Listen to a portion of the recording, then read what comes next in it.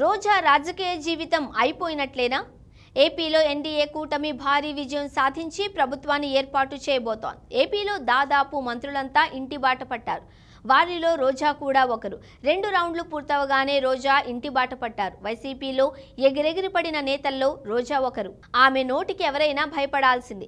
నియోజకవర్గానికి చేసిందేమీ లేదు, కానీ పార్టీకి మాత్రం అన్నీ తానయ్యారు.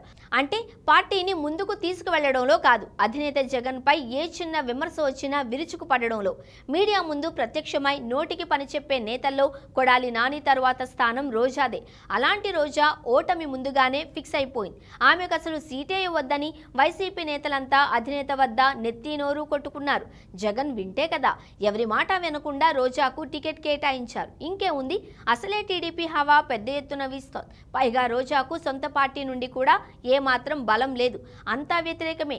జే ట్యాక్స్ మాదిరిగా తన నియోజకవర్గమైన నగరిలో రోజా ట్యాక్స్ పెట్టారని టాక్. పెద్ద ఎత్తున డబ్బులు వసూలు చేశారని, దందాలకు హద్దు లేకుండా పోయిందని నెత్తి నోరు కొట్టుకున్నారు. అధికారం రోజాది, పెత్తనం ఆమె అన్నలది. ఎన్ని కంప్లైంట్స్ వెళ్లినా అధిష్టానం కూడా పట్టించుకోలేదు.